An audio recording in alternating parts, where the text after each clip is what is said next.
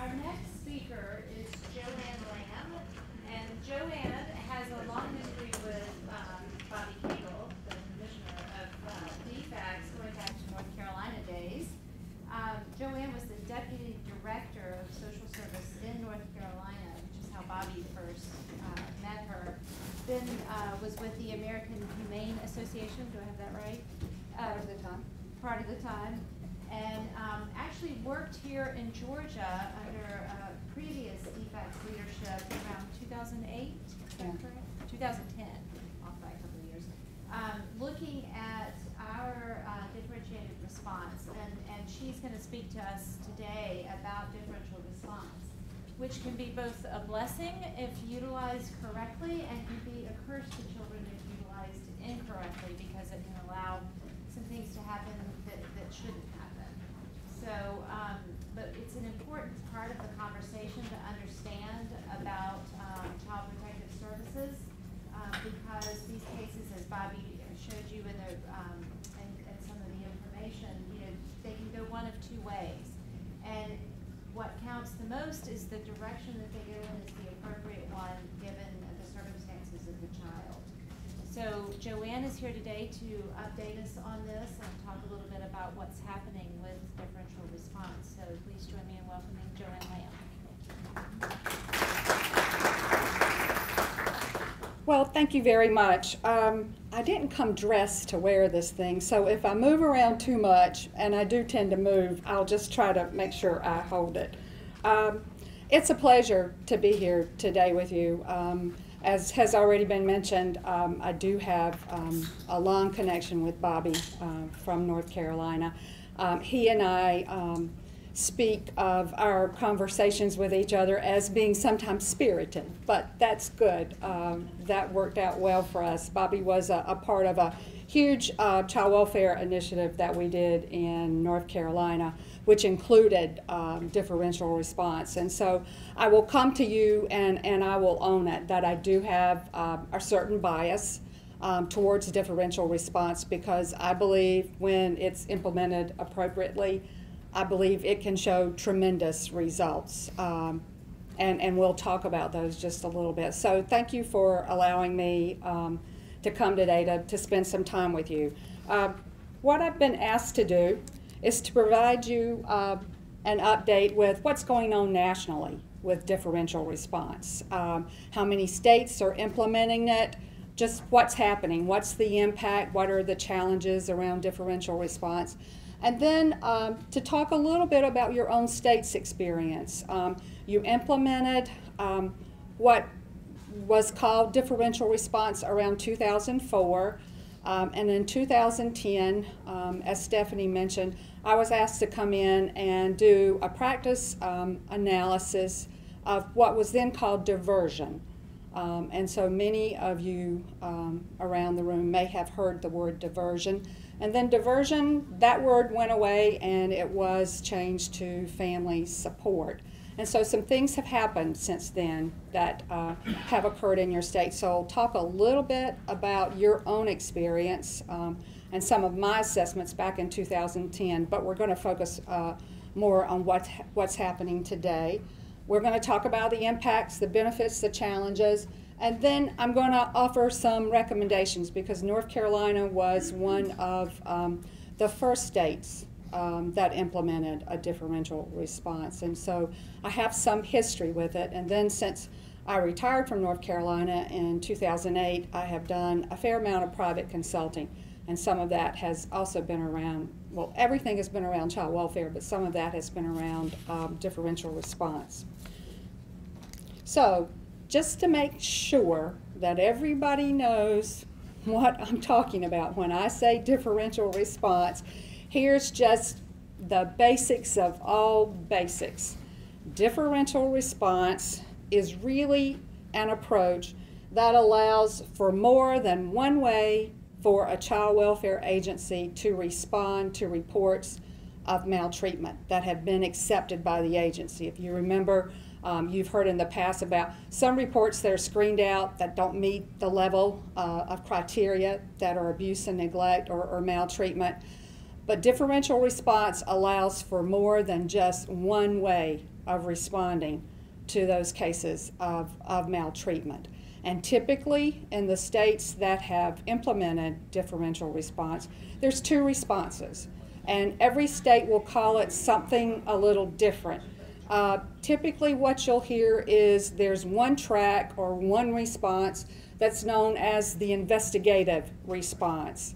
And then the other track, people, and you'll hear me say in North Carolina, we call it family assessment. So it's sometimes known as family assessment. It's sometimes known as alternative response. And that's the track that you call in your state, and Bobby, I'm going to check this out with you, family support now, which is a response to the low and less serious types of cases that are reported to your child welfare agency. So in your state, your language is investigations and family support. But you'll hear me interchange. I'll sometimes say family assessment, I'll sometimes say alternative response, and I'll try to also remember to use family support. But here again, it's based on the assignment of track is based on certain factors. The type and the severity of the alleged maltreatment, the number of reports that have come in on a family, who's making that report, the age of the child, and what are the risk and safety levels. And so every state that has implemented differential response really has a set criteria as to what would go in each track and can explain that. And then there's still a little bit of variability or flexibility with states around, can everything just be done through an investigation, or can localities choose? Differential response is a pretty well organized system now in our country. It started in the early 1990s, and so it is a fairly new practice. But it is well recognized now in our country. And most often for the states that have fully implemented, you will find it either in legislation or you will find it in state policies, protocols, and procedures. So there's some similarities between the two tracks, and this is where I think many times differential response really gets kind of a bad rap, because most people, when you say differential response, they forget that it's about the two tracks. They think it's solely about that family assessment track or that family support track. Differential response really covers both tracks. And so I think we just need to pay attention to language and semantics and similarities within the two responses. If implemented appropriately, child safety is paramount. Whether you're doing an investigation or whether you're doing a family assessment, family support, whatever you call that second track, child safety is always going to be paramount. There's nothing that makes child safety any less of a concern in a family assessment or in an alternative response family. It does promote family engagement when possible. And this is where I think people have felt that perhaps CPS has gone easy on families, that we used to be a little bit more hard-nosed. We used to take more of a prescriptive approach. And what I will tell you based on outcomes in my state and other places is family engagement works. Families are much more willing to come around the table if you're willing to sit down with them and talk with them through a true partnership. But now if you can't, there is nothing about that family support track or that family assessment track that says you don't recognize, we do recognize that CPS has the authority to make decisions about risk and safety.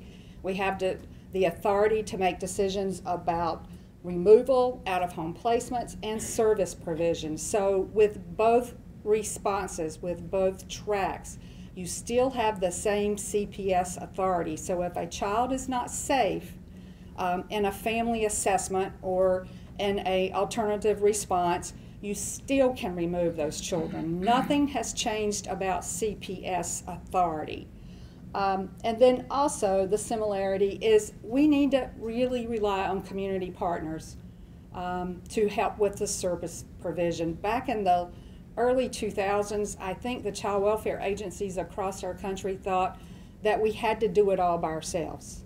And then we had this thing called the Child and Family Services Review from the federal government, and we realized how much there was this expectation that we were to partner with everyone in our community to ensure the safety of children. And so I think that's a similarity between the two tracks. Nothing about that changes in any way. Now, here's where we are nationally with differential response. 19 states and the District of Columbia have implemented differential response statewide. At least 7 states, jurisdictions, or tribes are considering implementation of differential response.